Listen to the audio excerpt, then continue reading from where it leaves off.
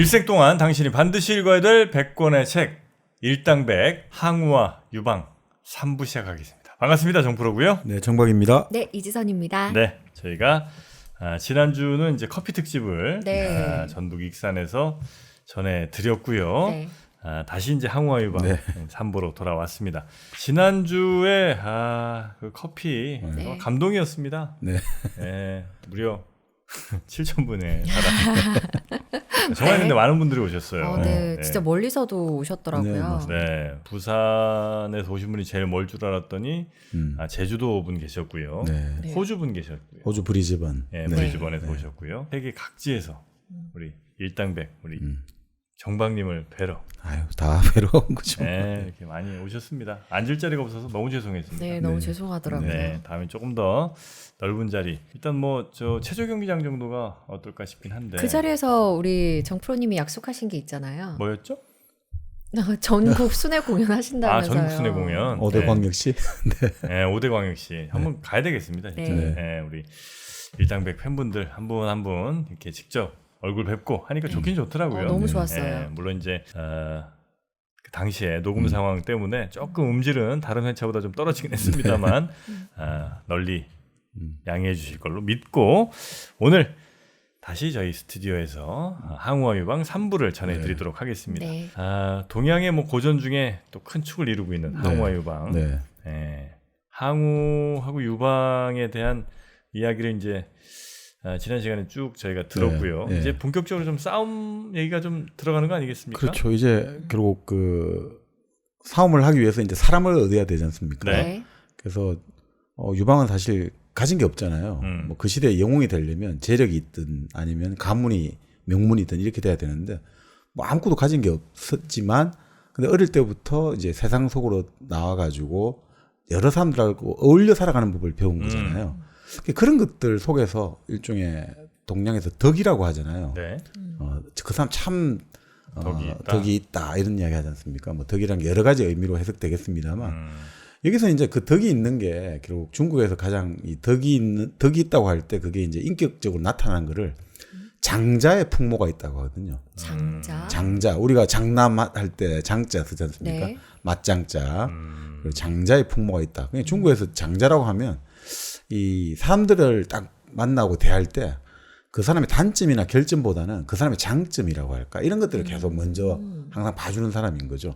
그러니까 그 사람 주변에서는 항상 따뜻한 기운이 넘쳐나는 거죠. 단점이나 결점을 정말 뭡니까 핀셋처럼 꼬집어내가지고 탁탁탁 스리발처럼 이렇게 추상처럼 이렇게 하는 게 아니라 항상 따뜻한 봄바람처럼 잘한다 이렇게 해주니까 이 사람 주변이 항상 부드럽고 온화하고 그런 어떤 장자의 풍모 이런 것들이 있지 않았나. 우리도 오늘만큼은 그 의자의 풍모가 좀 있지 않습니까? 의자의 풍모요? 네. 저희가 지금 이렇게 열심히 방송을 할 수 있게 된 것 그리고 앞으로 더 열심히 할 거잖아요. 네네. 그 열심히 할 수 있게 된 가장 큰 또 큰 힘이 의자 우리가 지금 앉고 있는 네. 이 의자요? 네. 네. 사이즈 오브 체어. 이거 광고예요 오늘? 무슨 말씀이세요? 사이즈 오브 체어예요. 이거 광고가 아닙니다. 이거 그냥 광고 아니구나. 진심을 여러분께 전달해 드리는 거죠. 광고라고 따로 생각하지 마세요. 네. 이 사이즈 오브 체어. 네. 원래 이제 사이즈 오브 체어가 각 그 개인별로 음. 그 개인의 키나 체형에 맞는 의자 몇천 가지의 조합이 나오는데 근데 그런 앉은 키, 뭐 선 기능을 다 분석을 해갖고 해주시는데 네. 지금 저희가 앉고 있는 건 이제 공부용 의자. 공부용 의자. 이 공부하기 너무 좋잖아요. 막 공부하고 싶잖아요. 지금 막 탄젠트, 코사인 막 지금 막 저절로 머릿속에 어쩐지 오늘 집중력이 남다르지 않아요. 네. 네, 다른 날과는 다른 네. 공부의 의지를 불태울 수 있는 이 맞습니다. 의자 사이즈 오브 체어의 공부 의자입니다. 이게 네. 공부용 의자. 이게 가격이 굉장히 비쌀 것 같은데 생각보다 아주 합리적 가격입니다. 가격도 말씀해 주시나요? 이거 비밀인데 네. 179,000원. 179,000원. 네, 다른 뭐 의자들 이런 거 비교해서 전혀 비싸지가 않아요. 어쩐지 오늘 되게 푹신푹신하고 좋더라. 네. 그래서 이 의자에 앉아서 여러분도 한번 일당백도 들으시고 네. 그리고 혹시 뭐 책을 읽거나 뭐 자녀들 공부할 때는 요 의자만한 선물이 없는 것 같습니다. 의자가 편해야 공부할 맛 나는 거 아니겠어요? 그렇죠. 이 공부할 때 아무래도 좀 앞에 숙여가지고 공부를 할 때 허리 네. 부담이 오는데 네. 저도 의자 딱 앉아 보니까 부담이 별로 없네요. 아주 편안합니다. 저 오늘 네. 일당백 하다가 자면 의자 덕분. 아니야. 이 네? 공부용 의자는 잠이 안 오는 의자입니다. 아, 잠이 네, 잠 오는 의자 따로 있어요. 네, 이 의자는 아마 있어 보시면 아시겠습니다. 이건 잠 안 오는. 여기는 앉아 있으면 48시간 내내 깨 있어도 네네. 피곤하지가 않습니다. 아, 역시 아직 저는 너무 미숙하군요. 자, 사이즈 오브 체어의 네. 공부용 의자. 네이버에서 사이즈 오브 체어를 검색하시면 아마 한 7,000개 가까운 댓글들이 어떤 의자를 선택해야 되는지 여러분께 아마 알려드릴 겁니다. 사이즈 오브 체어와 함께 편안한 공부, 편안한 청취 부탁드리겠습니다. 네. 자, 그러면 이제 장자의 풍모 다시 한번 좀 가볼까요? 네, 그러니까 바로 그렇게 항상 온화하고 따뜻한 어떤 덕이라는 개념이 인격화된 장자의 풍모를 갖고 있다 보니까 결국 사람들이 많이 따를 수밖에 없는 거죠. 그래서 결국 사람을 모아야지 영웅이 결국 천하를 장악할 수 있지 않습니까? 근데 그 중에 제일 첫 번째 모아야 될 사람이 참모죠. 참모. 전략을 짜고 입안을 해야지 뭐가 만들어낼 거 아닙니까? 내 생각을 구현해 줄 사람들. 그렇죠. 예. 우리가 지금도 그런지 않습니까? 어떤 정치인이 있고 어떤 기업가가 있을 때 자기 참모를 나의 장자방은 누구인가 이런 이야기 많이 하잖아요. 그러니까 바로 참모의 대명사가 장자방. 바로 유방의 참모가 된 장량. 네. 자가 네. 이제 그 자방이죠. 그래서 장자방이 결국 유방과 운명적인 만남을 가지게 되는 거죠. 그래서 사실 장자방이라는 뭐 하던 사람이에요, 장자방? 원래 한나라의 귀족이에요. 한나라. 우리 한국 할 때 한자서는 비슷한데 이게 한비자. 네. 바로 한비자가 그 나라가 한나라였지 않습니까? 거긴 정말 피자가 너무 안 나오죠. 오늘 의자 덕분입니다. 의자 덕분이군요. 네, 의자 덕분이에요. 네. 그 바로 이제 한비자가 법가였지 않습니까? 네. 법을 가지고 결국 이제 나라를 다스려야 된다. 그걸 받아들인 결국 진나라가 결국 천하를 통일하게 됐는데 이제 이 법이라는 게 결국 뭐 여러 가지 말씀이 나옵니다만 그때도 예전에는 법하고 도가하고 있지 않습니까? 상당히 네. 비슷하거든요. 그 가장 엄격한 법하고 네. 무의자연을 말하는 노자, 장자의 도가가 뭐 장자는 조금 좀 다릅니다만 이 왜 이렇게 비슷하게 보이냐 이거죠. 주장한 내용이 비슷해요? 주장한다기보다 이게 결국 사람들의 어떤 이 사마천 사계에도 보면 네. 그 법가의 사람과 도가의 사람들을 같이 묶어가지고 열전이 나오거든요. 같은 사상적 유사성이 있다고 근데 보는 뭐가 거죠. 비슷한데요? 결국 법이라는 게 뭡니까? 누구에게도 예외가 없이 모두에게 적용되는 거잖아요. 물론 단 한 명, 군주는 빼고. 그런데 결국 그게 뭐하고 일치하냐면 결국 자연의 법하고 같다는 거죠. 자연의 법칙, 자연의 어떤 원리라는 것은 모두에게 다 적용되잖아요. 그리고 누구에게도 예외가 없고 자연에는 인정이 없잖아요. 그러니까 이게 마치 그게 그 법과의 법처럼 하나의 어떤 필연의 어떤 세계라는 거죠. 여기에는 인정이 있을 수가 없다. 네, 네. 자, 그렇게 되다 보니까 이런 법과를 받아들인 사람들이 그 백성을 자연물로 생각하게 되는 거죠. 사람이 아니라 자연물로 생각하니까 사실 사람은 어떻습니까? 배가 고프면 먹어야 되고 목이 마르면 마셔야 되고 그리고 칼로 찌르면 피가 나는 생신의 몸을 갖고 있잖아요. 근데 그거를 이 법가를 받아들인 진시황이라든지 이런 진나라에서는 사람을 자연물로 생각하는 거죠. 법가와 자연물로 생각한다는 게 돌과 바위 같이. 그러니까 그게 자칫 잘못하면 이게 저 도구처럼 사용할 수 그렇습니다. 있다는 맞습니다. 거잖아요. 맞나요? 맞습니다. 바로 그렇기 때문에 네. 가차없이 노역으로 내몬 거죠. 맞습니다. 그게 썩 좋은, 그러니까 자연으로 생각한다는 게 어찌 보면 좋은 것 같지만 네. 어찌 보면 또 그렇습니다. 안 좋은 거네요. 네, 그렇죠? 그래서 결국 진시황 사고에 바로 그 자연물들이 반란을 일으켰다라고 보는 거죠. 그래서 그런 진시황은 병마용 같은 거 이렇게 만들 때도 그렇습니다. 마치 그냥 돌 쌓아서 이렇게 수집하듯이 사람 모양 그대로 이렇게 만들어 놓기도 하고 이런 게 이제 이런 생각들과 일맥상통하는 게 있는 그럴 거죠. 수 있다고 보는 거죠. 자, 그러다 보니까 이 뭐 어떻든 법가 쪽에 그 이야기 하다가 그렇게 됐습니다만 네. 그 장량이 결국 한나라가 진나라에서 망했지 않습니까? 네. 이 사람은 대대로 집안이 그 한나라의 어떤 높은 고관을 지낸 집안이니까 만국의 원수를 갚겠다고 동생이 죽었는데도 장례식에 돈을 안 쓰는 거예요. 이 돈을 가지고 원수를 갚아야 된다. 그 정도로 이제 진날에 대한 정오심, 원한을 갖고 있고 그래서 자 원수를 갚기 위해서는 그러면 이제 흔히 말하는 히트맨, 킬러를 고용해야 된다 이거죠. 네. 그러니까 전 중국 전역을 떠돌아 다니는 거예요. 도대체 어떤 장사가 있을까? 진시황을 한 방에 거꾸로뜨릴. 그래서 지금으로 치면 저 요동 쪽으로 가가지고 네. 창해군이라는 일종의 부족장을 만나가지고 아주 큰 장사를 소개받았대요. 이게 아주 그 천하 장사를. 그 사람하고 이제 결국 지금의 중국 하남성 그 방량사라는 곳에서 진시황이 그때 계속 이제 중국 전역을 순행했다고 했지 않습니까? 네네. 그걸 딱 기다려가지고 그 철추 있지 않습니까? 철추 여러분 포항 같은 쇠 덩어리 거기다 밧줄을 매달아가지고 빙빙빙 돌려가지고 두 판 던지면 그 뭡니까 그 타고 다니던 일종의 차량에 이제 명중하면 이제 진시황을 죽일 수 있다. 네. 그렇게 던졌는데 결국은 명중을 못 시킨 거죠. 안 잡혔어요? 도망쳤죠. 도망쳤죠. 던지고 튀었군요. 그렇죠. 네. 자, 그렇게 해서 항상 이제 이런 계속 그 어떻게 하면 진시황 타도를 할까 생각하다가 네. 그래서 결국 이 사람이 이제 결국 나중에 황석공이라는 노인을 만났다는 거예요. 그래서 병법을 전수받았다는 거죠. 이건 좀 아무래도 뭐 본인의 그 신비화 전략일 수 있는데 근데 이게 참 재밌는 이제 황석공을 만나가지고 여러 가지 에피소드를 이제 사람들마다 좀 다르게 각색하거든요. 네.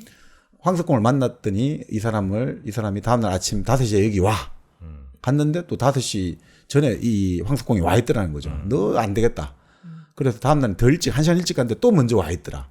뭐 그렇게 해서 몇 번을 갔지만 계속 오니까 황석공이 기특이 여기가지고 너 뭘 모시에 여기 와. 그러면 내가 책을 주마. 근데 그 책이 완전히 병법에 최고의 어떤 무공 비급이 다 담겨 있다 이거죠. 그래서 결국 이 책을 읽고 나서 결국 장량은 완전히 이제 천재적인 작전 전략가가 됐다. 뭐가 텄다 이거예요? 네네.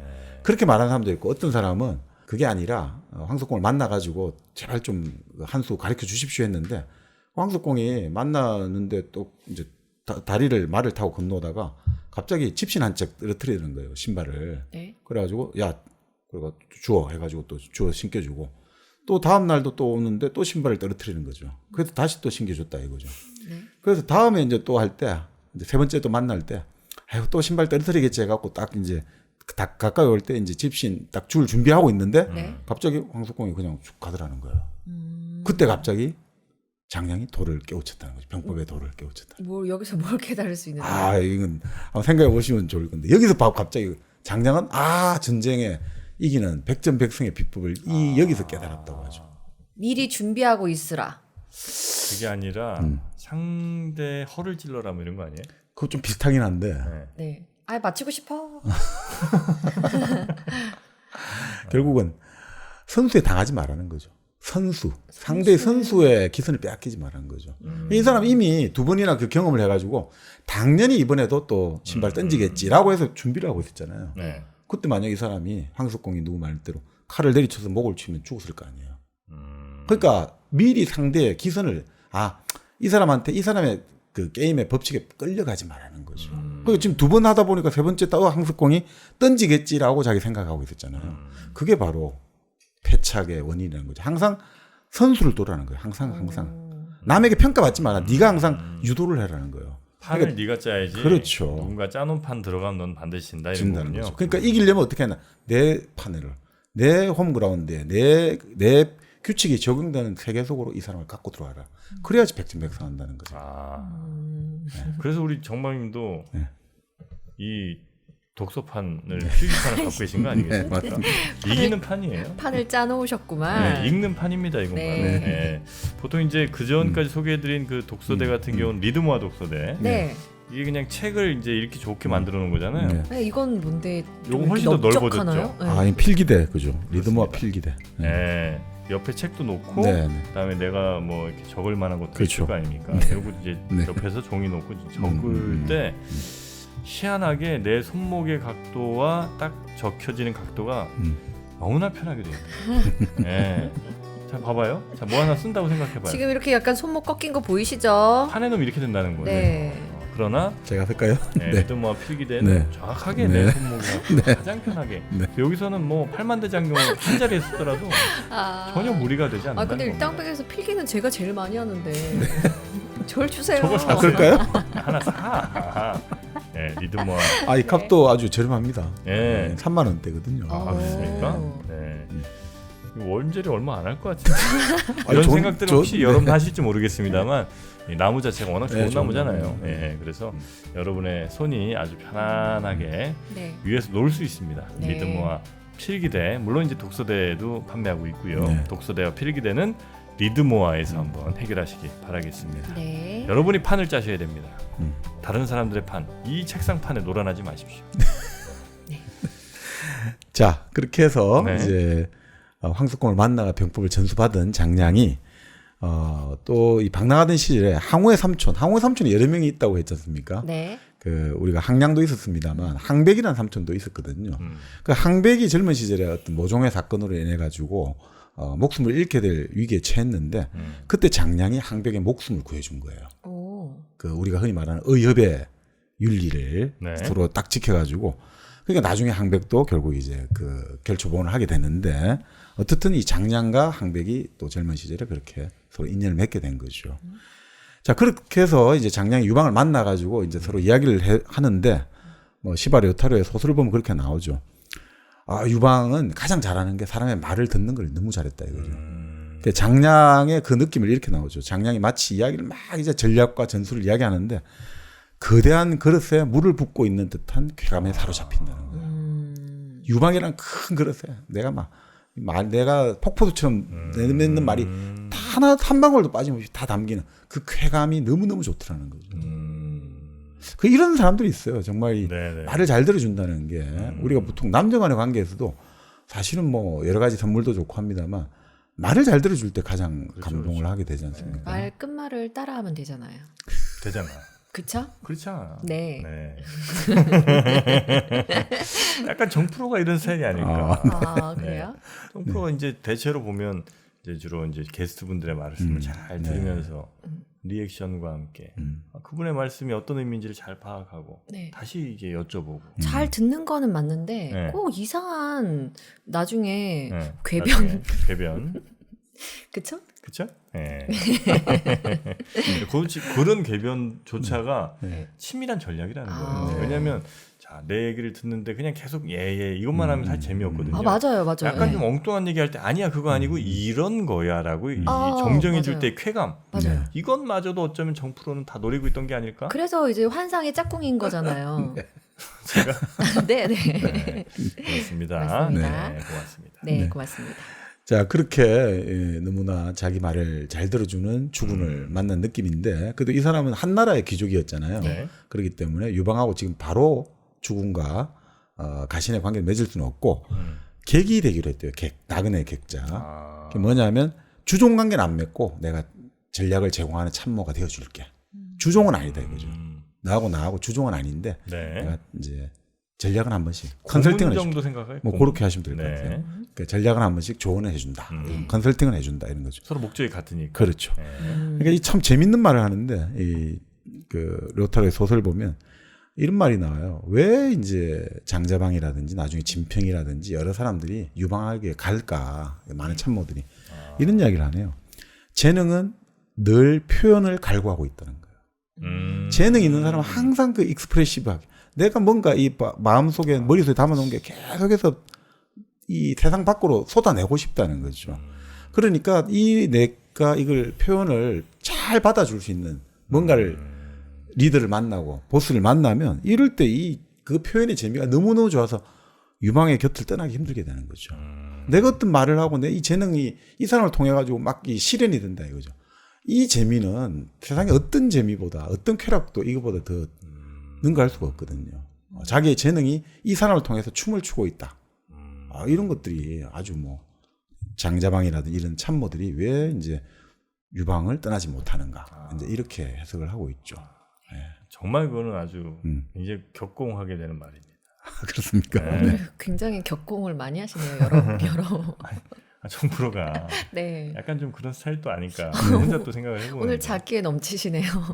수많은 분들이 네. 예를 들면 제가 또 이제 여러 방송도 하잖아요. 네. 거기서 난 정프로 방송 정프로랑 하면 하겠다 이런 분들이 많아요. 그 이유가 뭘까? 그리고 살리는 재주는 있는 거예요. 확실합니다. 퀴즈로 드리도록 하겠습니다. 네. 맞춰보시죠. 네. 정프로 아니면 안 한다는 분도 진짜 있어 근데. 네. 네, 그 우리 3프로 TV 같은 데서 보면 네. 정프로 진행하시면 제가 나가겠습니다. 이런 분들이 꽤 있다는 거예요. 이게 정프로. 그럼 저랑 또 하나 해요. 제발요. 너랑은 내가 못하겠어. 네. 네, 여튼 그런 게 리더의 어쩌면 네. 그러니까 즉 재능 있는 사람들을 모으는 그렇죠. 재능 있는 사람들이 모이는 그 리더의 조건인 거군요. 네. 그 사람의 재능 늘 이 표현하고 싶은 거를 잘 구현해주는. 그렇죠. 내가 리더. 리더는 스케치북이 되어주고 리더는 악보가 되어주는 거죠. 그래서 거기에 오선지가 되어가지고 막 거기에 자기의 어떤 음표를 실어줄 수 있고 또 자기의 색깔과 스케치를 도화지에 막 그려줄 수 있는 그런 리더가 여백이 있어야지 리더가 되는 거죠. 약간 이제 저는 살짝 반대쪽으로 생각을 하긴 했었는데 네. 왜냐면 이제 리더가 좋은 참모들을 데리고 내 그림을 완성시킨다 이런 생각을 했었는데 유방 같은 경우는 오히려 반대로 그 참모들이 구현했던 그 그림들 상상했던 그림들을 잘 그려줄 도화지가 돼준다. 네네네. 아, 그게 뭐 자기죠 뭐. 한 단계 더 위에 리더일 수도 있겠네요. 네. 그러니까 말 그대로 이제 그 참모가 결국 자기의 수족인 거죠. 자기의 이게 신경이 되는 거고. 네네. 그러니까 결국 너가 나다 이렇게 될 수도 있는 거죠.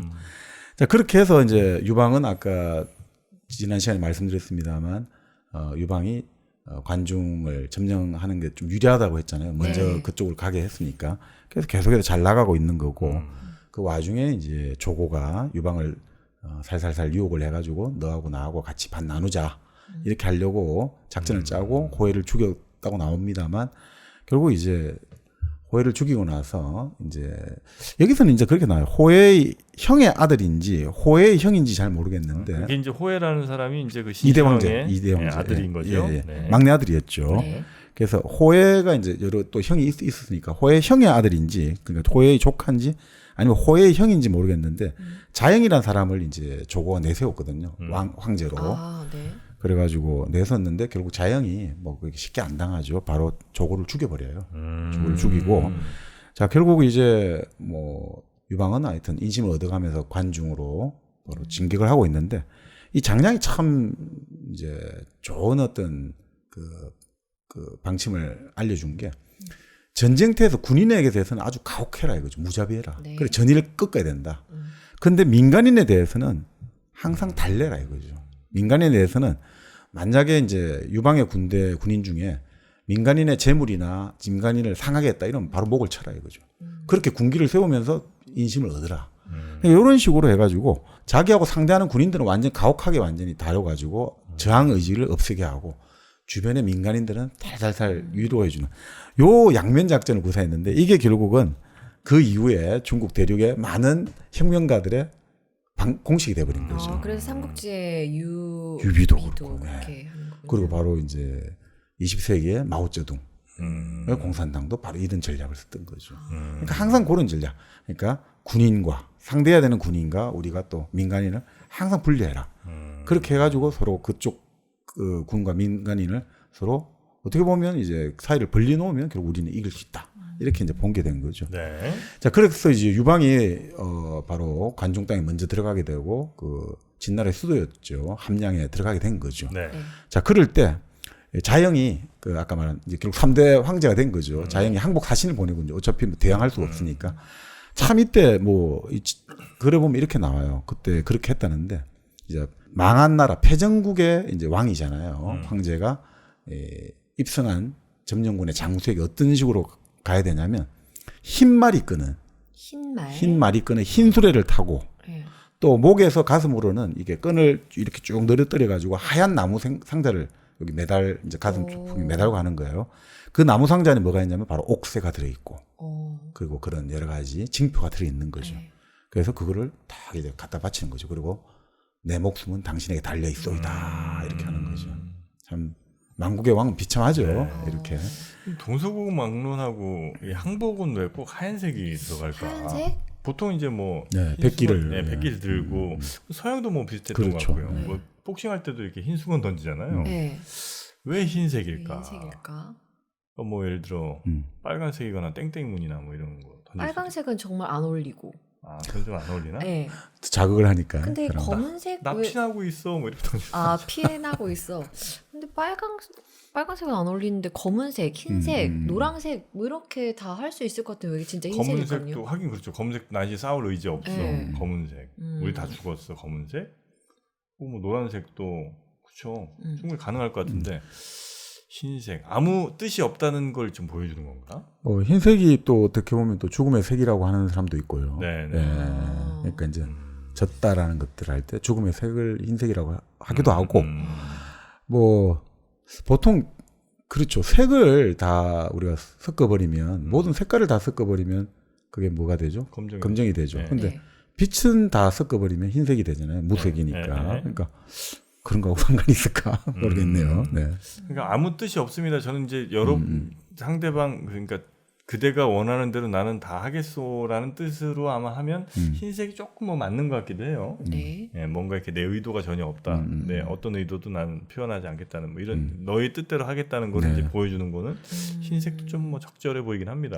뭐 그렇죠. 그 이후에 그래서 비둘기가 뭐 평화의 새가 되고 한 것도 흰색이 결국은 이제 싸움하지 말자는 뜻도 되고 네. 그죠. 그런 것도 되고 하니까 그 이후에 많이 뭐 의미가 좀 많이 붙여지지 않았겠습니까? 네. 네. 흰색 하면 제일 먼저 떠오르는 이미지는 뭐예요, 우리 지선 씨는? 갑자기 물어보시니까 저 진짜 이상하게 속옷이 떠올랐어요. 속옷? 네. 흰색 속옷? 네. 섹시하지. 사실 죄송합니다. 제일 네. 섹시한 색깔은 그 회색인데. 뭔 사람? 네, 회색이. 아 그래요? 이거 아는 사람들만 아는데. 아 그래요? 아 그래요? 이거 모르시는구나. 대단히 죄송합니다. 흰색 하면 뭐 먼저 떠오르시는데요? 저는 그 곱 있죠, 곱. 곱? 곱창에 안에 네. 흰색 곱 네. 있잖아요. 네. 이 뽀얀 그 곱. 네. 그게 좀 떠올라요. 그게 떠오르다니 좀 이상한 사람이네. 그 이상해요? 네. 소선당 한우에서 이번에 곱창 판매를 시작했거든요. 곱창 팔아요? 네. 저 곱창 되게 좋아하는데. 그래요? 네. 소선당 한우는 너무나 이제 잘 알고 있잖아요. 네. 2플러스 한우. 네. 근데 여기서 이제 드디어 곱창 판매를 시작합니다. 거기 네. 곱이 하얗구만. 하얗죠. 네, 그래서 100% 한우 곱창으로 네. 곱창, 대창, 한우 모듬 이렇게 이제 네. 판매를 또 시작을 했는데 그래서 소선당 한우의 이 곱창 같은 경우는 네. 굉장히 신선합니다. 프레시하지. 음. 네, 그래서 당일 도축된 그 곱창만 네. 이게 아주 정성스레 포장을 해고 냉장, 배송 시스템까지. 그래서 혹시 곱창이 드시고 싶다. 근데 이제 사실 곱창하면 좀 약간 위생상 괜찮을까 이런 생각 하시는 분들 많은데 소선당은 아주 믿을 수 있는 청결한 그 곱창. 뭐 소금 외에는 아무것도 안 넣었어요. 첨가물이 없습니다. 그만큼 이 곱창이 자신이 있다는 거거든요. 곱창 주문 안 해보신 분들은 집에서 곱창을 어떻게 먹나 하실 텐데 요즘에는 진짜 잘 나와가지고 네. 거의 이렇게 뭐랄까 후라이팬에 넣고 그냥 기름만 조금 안 튀게만 해놓으면 진짜 사 먹는 것보다 진짜 더 맛있어요. 더 맛있어. 네네. 사 먹는 거 못 먹어 이제. 그럼 이제 안 사 먹게 되더라고요. 네, 그래서 소선당 한우에 곱창 한번 드셔보시면 어떨까 생각합니다. 소선당 한우 검색하시면 바로 찾으실 수가 있습니다. 침이 막 꼴딱꼴딱. 그렇죠. 우리는 지금 이제 또 시간인 만큼 곱창에 관심이 많은데, 네. 자, 그 함양의 궁정에 입성한 유방의 관심은 어디에 있었겠습니까? 유방은 뭐에 가장 관심을 가졌겠습니까? 궁녀들? 맞습니다. 진짜요? 정확하다니까. 어쩔 수 없구만. 그러니까 1000명이 넘는 궁녀들, 최고의 미녀들이 들어있으니까 완전히 뭐, 그러니까 난리가 난 거예요, 다들. 이 욕망에, 이 어리어리한 궁전에, 뭐, 생전 보지도 못했던 선녀 같은 여인들이 있으니까. 그러니까 이러다가, 장장이 이 꼴을 지켜보더니 난장판이 됐을 거 아닙니까? 위험하다, 이거. 이러다가 안 되겠다 해가지고, 바로 유방의 보디가드죠. 그리고 유방의 보디가드이자 유방의 아랫동서, 그러니까 유방의 부인, 처제하고 결혼했던 번쾌라는 개장수 번쾌, 개고기 팔던 번쾌. 번쾌한테 이러다가 이거 망한다. 빨리 당신 유방 데리고 우리 딴 데로 가자. 야영하러 가자. 안 그러면 여기 있다가는 이 사람들이 이 궁정의 화려함에 도취돼 갖고 전부 다 인심 다 잃어버리고 사람들이 완전 주색잡기 빠져가 큰일 나겠다.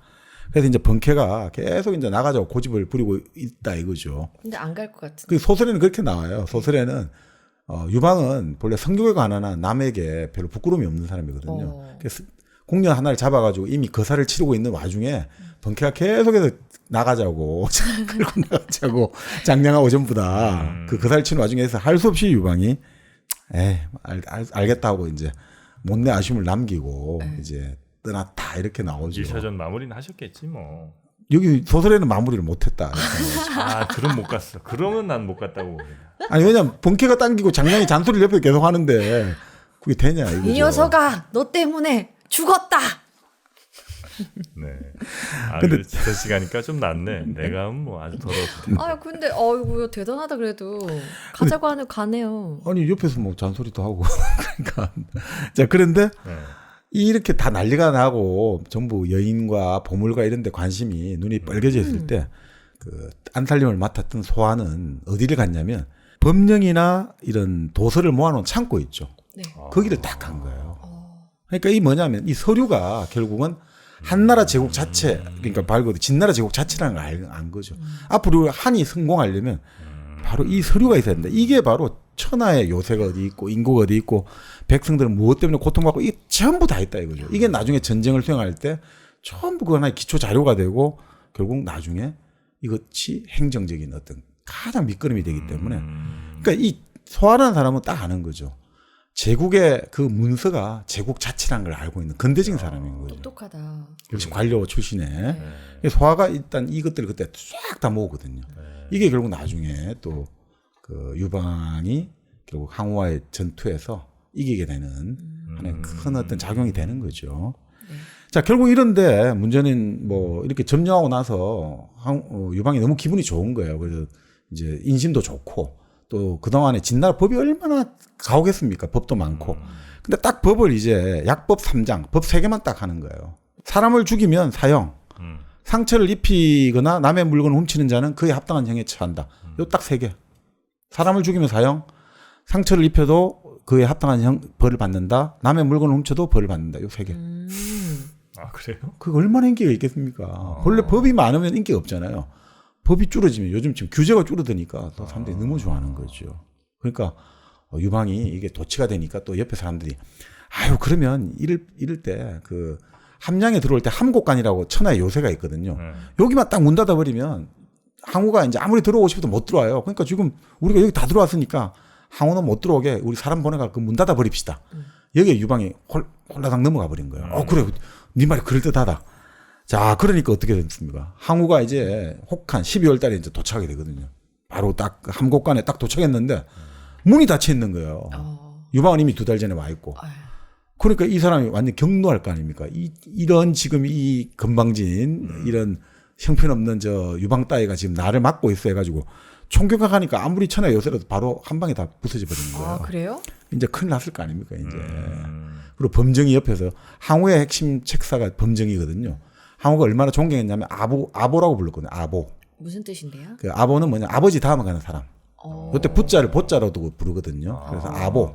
그러니까 아버지 다음 간다 이거죠. 네네. 그만큼 작은 아버지 이렇게 해줘도 될 거. 버그 맞자 쓰는 네네네. 그쵸. 아성하듯이. 그래서 이 범정이 그런 이야기한 거죠. 유방 저 이상한 놈이다. 저 봐라. 들어오자마자 그 저렇게 욕심 많은 놈이 미녀에도 손을 안 대고 재물에도 손을 안 대고 그다음에 궁궐에도 안 머무르고 외진 곳에 탁 저 본진 설치하는 거라. 저거 뭔가 꿍꿍이가 있다. 그러니까 반드시 저놈 죽여야 된다 이번에. 그래야지 항우 당신이 천하를 차지한다. 그러면서 결국 항우가 그 당시 총연합군 바로 초나라의 상장군을 맡고 있었잖아요. 최고 대장이었거든요. 그러니까 상장군이 입성을 거부했잖아요. 한국과 문을 닫았으니까. 그것마도 이놈은 죄를 물어서 주살한다. 죄를 물어서 죽여야 됩니다라고 한 거죠. 또 항우도 단순한 사람 아닙니까? 그러니까 아 그래 저놈 내 이번에 죽일 거야. 그랬거든요. 자 이럴 때 장량이 어떻게 하면 이제 유방을 살릴까 해가지고 결국 예전에 자기가 그 사람의 목숨을 구해줬던 항우의 삼촌을 만나는 거죠. 만나가지고 이 어떻게 하면 좋겠나라고 이제 묻는 거죠. 왜냐면 이때 사실 항백이 그럼 몰래 만나는 것도 이게 완전 적군과 이런 내통했다 이런 하지만 이거는 개인과 개인 간의 협의의 윤리란 말이에요. 이거는 국가도 어떻게 할 수가 없다. 자기 보스 조카도 어떻게 할 수가 없는 거예요. 이거는 너 장량과 장자반과 항백 사이에 서로 그 협의의 윤리를 서로 했기 때문에 이거는 하늘이 무너져 지켜야 되는 거다 이거죠. 자, 그래서 이런 의리가 발달했단 말이죠. 그러니까 딱 이제 이 당시에 그렇게 이야기하죠. 하나의 어떤 얼마나 중국 사람들이 타산적입니까? 그죠? 네. 이 타산적인데 딱 그 최종적인 어떤 의리랄까 연대가 딱 이루어지면 모든 계산과 보신주의에 벗어나서 상대를 지켜줘야 된다 이거죠. 그게 협의다. 그게 있단 말이죠. 그러니까 제가 20세기의 소설 중에 그 사나라고 이병주의 소설도 보면 그 중국의 로프심이라는 사람이 나와요. 로프심이 나오는데 거기도 보면 묘한 게 나와요. 이 로프심이 어떤 약속을 딱 하면 어떤 그 약속만 받아내면 이제 어떤 일이 있어도 내 목숨을 걸고 그건 해준다. 내가 죽는 한이 있더라도 내가 죽으면 할 수 없지만 난 한다. 이런 묘한 게 깔려 있다는 거예요. 20세기까지도 그 중국에서 해봤던 이제 학병을 끌려갔던 사람도 그걸 경험해봤다는 거죠. 그러니까 중국 흔히 말하는 사람들하고 참 인간관계 얻기가 힘들지만 한번 이게 만들어지면 그게 있더라 이런 이야기 하는데 여기서부터 이야기가 좀 나오네요. 네. 약간 관시 뭐 이런 것도 결국 이런 그렇죠, 그렇죠. 그게 그런 것, 있군요. 예, 맞습니다. 그러니까 결국 그게 그런 거죠. 이 국가라는 것은 하나의 권력을 넘어서 폭력이란 말이죠.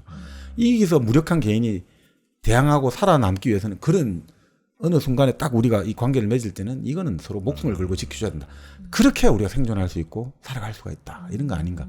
사람의 그러니까 그런 이야기 하잖아요. 중국에 상류 정책, 하류 대책이라 위에서 정책을 딱 만들어 내리면 국민들은 밑에 민중들은 대책을 만들어낸다 이거죠. 그러니까 아무리 국민을 잡아내는 정책을 만들어도 여긴 또 그 대책을 구멍을 찾아낸다 이거죠. 그럼 거기 대책에 대해서 또 방책을 만들어내면 네. 이 대책을 또 무력화시키는 정부에서 방책을 만들어내면 여기 국민들은 뭘 만드냐 묘책을 만들어낸다는 거죠. 그러니까 정책, 대책, 방책, 묘책 계속 만들어낼 수 있다는 거죠. 그러니까 그런 이야기들을 하는데 결국 바로 그런 협의 정신에 따라 가지고 장량과 항백이 만났고 서로 이제 항백은 그 이야기를 하는 거죠. 내일 우리 아침에 총 공격한다. 그러면 당신은 죽게 된다. 그러면 너 나랑 같이 도망치자 된 거예요. 왜냐하면 나는 너를 살려야 된다. 그러니까 근데 나는 또 바로 항우의 삼촌 아니냐. 우리는 같이 여기서 사라지자. 이런 이제 이야기를 제안하는데 유방은요? 유방하고는 상관이 없죠. 왜냐하면 이건 둘이의 관계니까. 네. 근데 이제 말 그대로 지금 말씀드린 장량 같은 경우는 아예 나는 그렇게 할 수 없다 되는 거죠. 왜냐하면 나는 그래도 이 유방이라는 사람한테 할 수 없고 내가 그럼 유방한테 이걸 먼저 좀 알려줘도 되겠냐. 그럼 항백이 어떻게 하겠습니까? 알려줘라. 근데 알려주면서 소개할 때 유방이 아주 선수를 치는 거죠. 바로 항백 보고 우리 의형제 맺읍시다 하면서 바로 의형제 의식을 바로 거행해버리는 거예요. 꼼짝 못하게. 싫다 하면 되잖아요. 그 싫다 할 수가 그때 그러잖아요. 장자방이 그 정말 간절히 호소하는 눈길로 바라보고 있는 거죠. 제발 들어줘. 제발 의형제 맺어줘. 차마 네. 그 장자방의 그 인간적인 호소가 담긴 시선을 외면할 수 없어가지고 어쩔 수 없이 의형제가 되어버린 거죠. 아이고. 참 적군하고 총공격 전야에 지금. 그러니까 어떻게 하겠습니까? 유방이 동생 유방을 구해주십시오, 살려주십시오라고 이제 애원을 할 수밖에 없죠. 난 내 의형이잖아, 이제 형제잖아. 그러니까 결국 이제 어떻게 하느냐, 항백이 좋아. 그러면 내일 아침 직접 이제 유방을 보고 말하는 거예요. 지금 항우가 이 본진을 찾는 홍문으로 찾아와 된 거예요. 찾아와서 거기서 어떻든 삭삭 빌어라. 네. 어떻게 될지 장담할 수 없지만 마지막 카드다. 그래서 이게 바로 그 유명한 홍문지연이라고 하죠. 홍문의 연애라는 거죠. 홍문지연. 네, 잔치죠. 이게 사실은 뭐 초한지 하이라이트이자 우리가 사마천 사기의 항우 본기 이거 하이라이트로 보는 사람이 많아요. 왜냐하면 한쪽에서는 저놈을 반드시 죽이고야 말리라라는 그 필살의 의지가 막 그냥 샘솟고 있고 한쪽에서는 반드시 살아나가리라 어떻게든 살아야 된다 살아남아야 된다라는 그 정말 처절한 생존의 논리가 이제 완전 기와 기가 이제 싸움을 부딪히는 이 중국 천하를 둘러싸고 이게 이 홍문의 이 연애 그 공간 그 하나의 어떤 막사 그리고 그 짧은 시간에 응축되어 있거든요. 여기서 결국 중국 천하가 결정되는.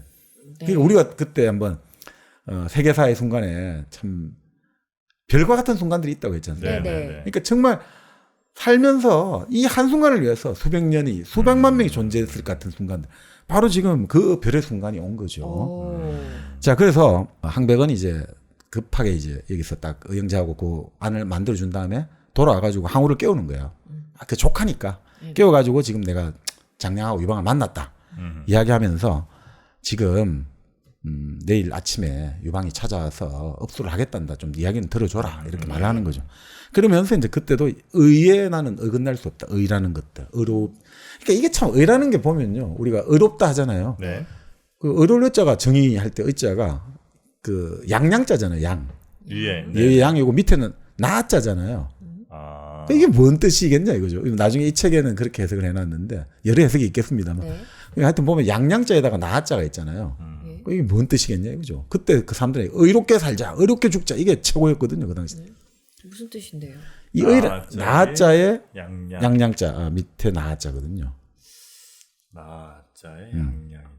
장프로는 어떻게 생각하시는데요? 그때 당시 중요한 것 중에 하나가 이제 뭐 양이었으니까 네. 가축. 네네. 요거를 머리에 지고 네. 뭔가 이렇게 제사 지내러 가는 이런 건가? 아니면 그걸 같이 나눠 먹는? 아니 이게 좀 비슷한데 그 양양자를 우리 아름다울 밑자에 쓰잖아요. 네.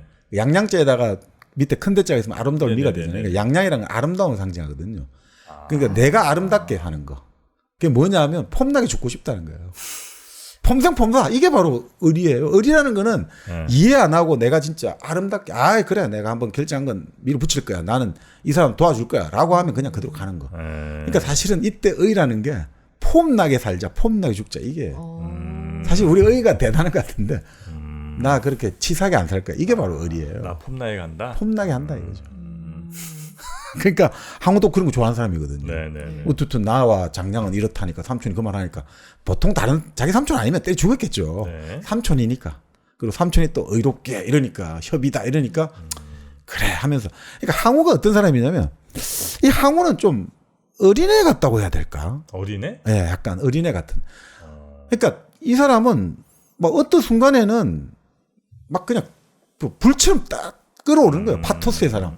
근데 어떤 순간에 갑자기 막 감상적으로 눈물을 짓고. 네네. 그러니까 이게 뭔가 아주 공리적인 계산한 거죠. 돈을 얼마를 얻고 이런 게 아니라 그 갑작스러운 자기 기분이 있잖아요. 내가 갑자기 그러니까 그때 장한 장군이 항복하러 왔을 때는 갑자기 이 사람한테 너무 처근지심 느꼈는데 그냥 20만 명 네가 다 지휘해 이렇게 다 내주잖아요. 이런 식으로 어떤 때는 완전히 저는 바로 때려 죽일까 했다가 갑자기 순식간에 또 밝게 갖고 저 불쌍하네. 이런 뭔가 처근지심도 있고 잔인하기도 하고 그러니까 어린애 같은 거죠. 어린애들은 그런 거거든요. 어린애들이 그때 어릴 때 뭐 동물들 거 있잖아요. 막 곤충들 막 날개 뜨고 날개 뜨고 개미 막 울보가 다 죽이고 밟고 그 와중에 또 조금만 그래도 애들 울고 그런 어린애 같은 성정이 있는 거죠. 그러니까 이게 임꺽정하고 좀 비슷한 것 같아요. 임꺽정에 제가 그 홍명희 소설 임꺽정 보면 그 나오거든요. 네. 임꺽정이 어떤 사람이냐면 이 지금 가을철 아닙니까? 가을철에 다 꽃이 뭐 가을철에 이제 꽃도 지기도 하고 뭐 하는데 그걸 보면서 다 꽃이 시들어가면 눈물을 흘리는 사람이에요, 임꺽정이. 근데 사람의 목은 또 댕강댕강 자르는 거 잘하거든요. 꽃 한 송이 떨어지는 거 막 눈물 흘리면서 사람 목은 댕강댕강 잘라요. 또 그 다음에 이제 사람들이 이제 산채에서 설거지 하다가 수채 구멍에 밥알 한 톨만 떨어져 불호령을 내리거든요. 이런 귀한 밥알을. 그런 사람이 또 가을 나락 있잖아요. 벼나락 있는데 그냥 막 아무 때나 가서 막 짓밟는단 말이에요. 성큼성큼. 그런 모순적인 게 존재하는, 그러니까 파토스의 사람이라고 할까? 그러니까 이거는 결국 뭔가 교육을 체계적으로 받고 교양이 그 자기 자신의 리더십에 충분히 몸에 체화되지 않은 사람이 가진 감수성 같아요. 그러니까 이게 왔다 갔다 하는 거죠. 그때 기분 네, 기분 본능에 따라 그냥 이렇게 가는 파토스의 사람. 네. 자, 그래서 이제 아침에 유방이 딱 데리고 간단 말이죠. 이제 네. 유방이 이제 어떻게 합니까? 이거 정말 여기는 이제 빌려 가는 길이니까 참모 장량하고 보디가드 번케만 데려가고 그 다음에 호위병은 딱 100명 데려가는 거예요. 기마병 100명. 그러니까 이건 싸움하러 가는 게 아니고 오로지 막 살려줍시오 하고 하는데 몇천 명 데려갈 수 없잖아요.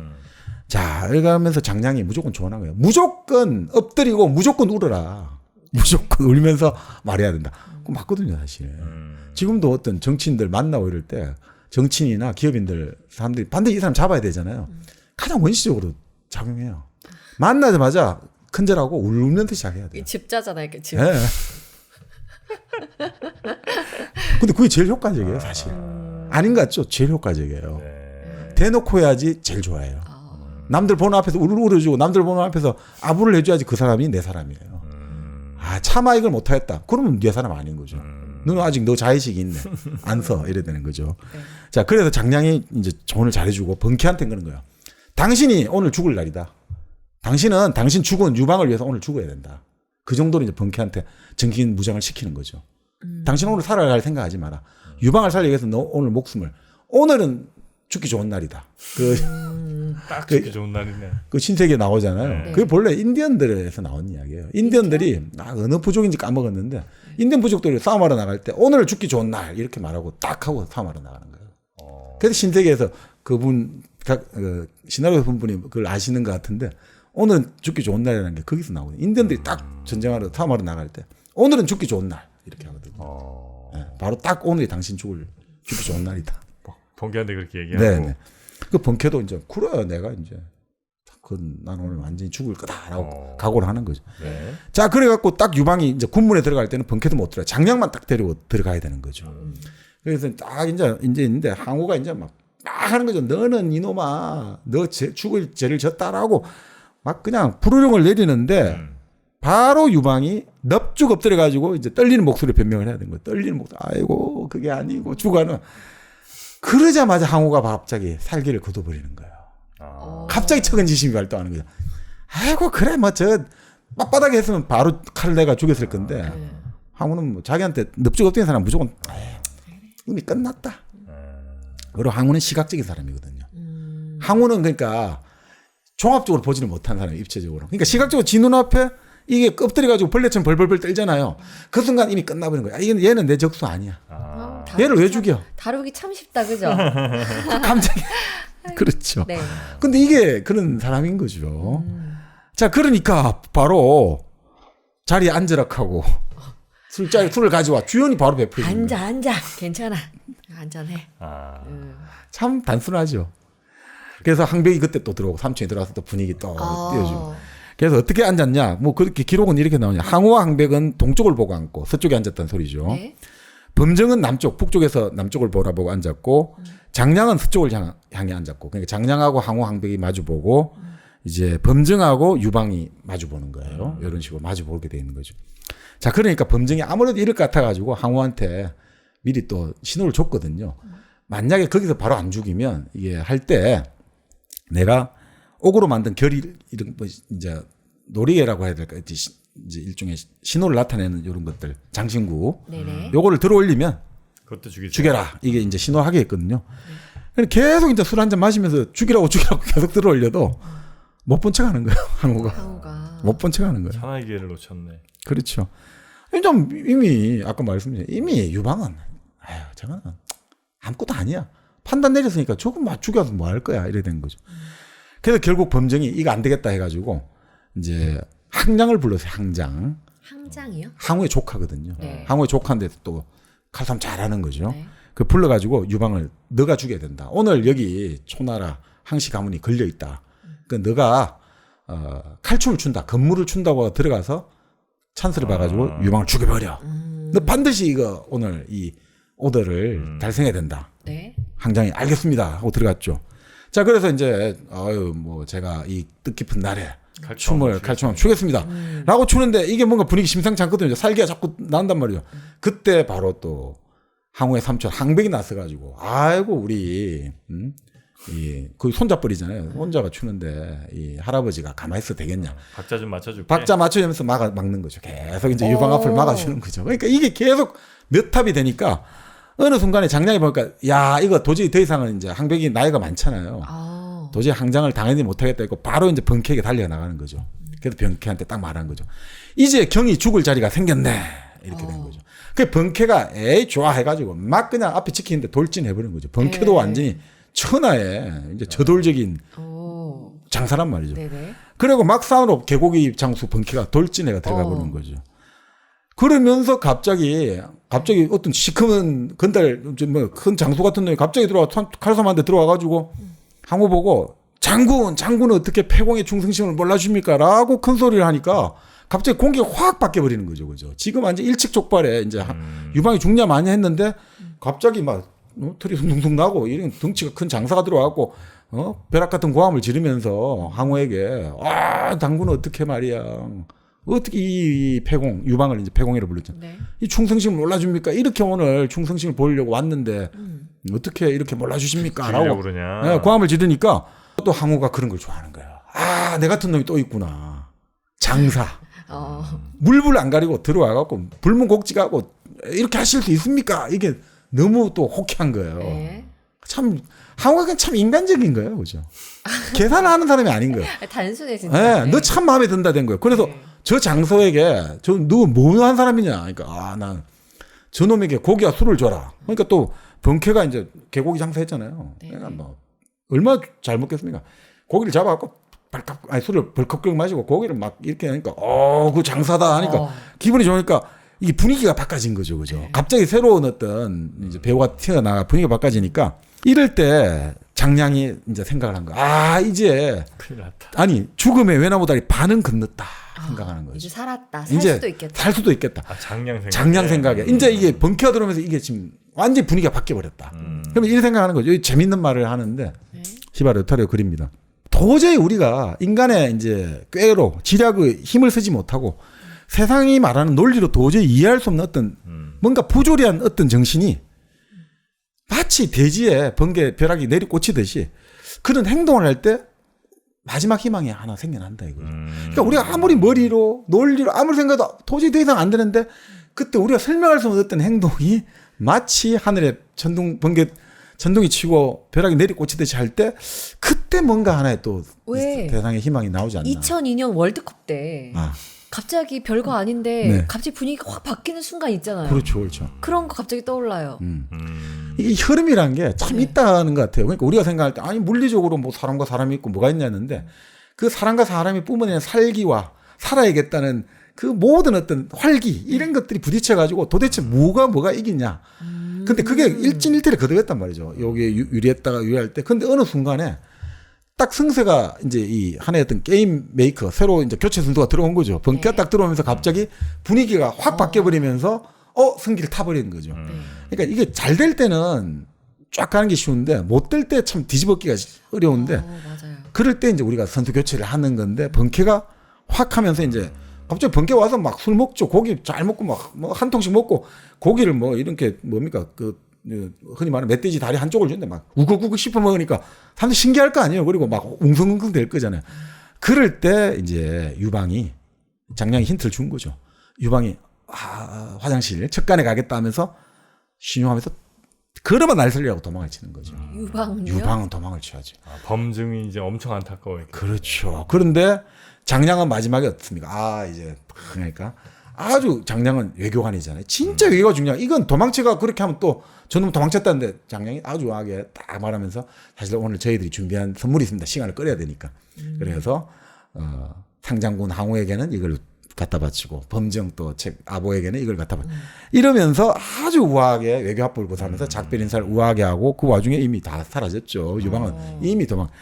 그래서 범정이 이제 이렇게 하는 거죠. 항우는 역시 멍청이로 인생을 끝날 수밖에 없을 것이다. 라고. 네, 이 홍문전이 전체 가장 이제 사실 클라이맥스고 이걸로 인해서 결국 끝났던 거죠. 이제 게임은. 뭐 그 이후에 많은 싸움이 있고 하지만 결국 이 장량의 여러 가지 컨설팅 그리고 이 번케의 그 행동력 이런 것들이 맞물려져 가지고 그 정말 인간의 힘을 어찌할 수 없다.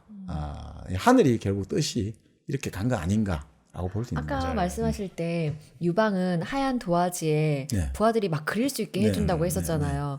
번케가 이렇게 막 그림을 그렸는데 유방도 살리고 네. 뭐 이렇게 그죠? 네. 그러면 엄청 뭔가 벅차올랐을 것 같고 네, 네. 반면에 범증은 자기가 아무리 그리려고 해도 그릴 수가 없는 거예요. 그러니까 근본적으로 이제 그런 이야기를 하죠. 유방은 허공과 같은 사람이다. 허공. 허공과 같은데 이 허공이 모든 걸 다 담아낼 수가 있잖아요. 사실 우리 하늘이 텅 비어 있지만 텅 비어 있기 때문에 모든 게 그 안에 들어갈 수가 있잖아요. 네. 그러니까 우리가 반야신경에 나오잖아요. 진공묘유라. 비어 있는데 묘하게 뭐가 들어있다는 거죠. 본래 이런 게 참 신기한 거죠. 네. 텅 비어 있는 게 텅 비어 있는 게 아닌 거죠. 우리가 영이라는 게 영 속에 모든 게 다 들어가잖아요.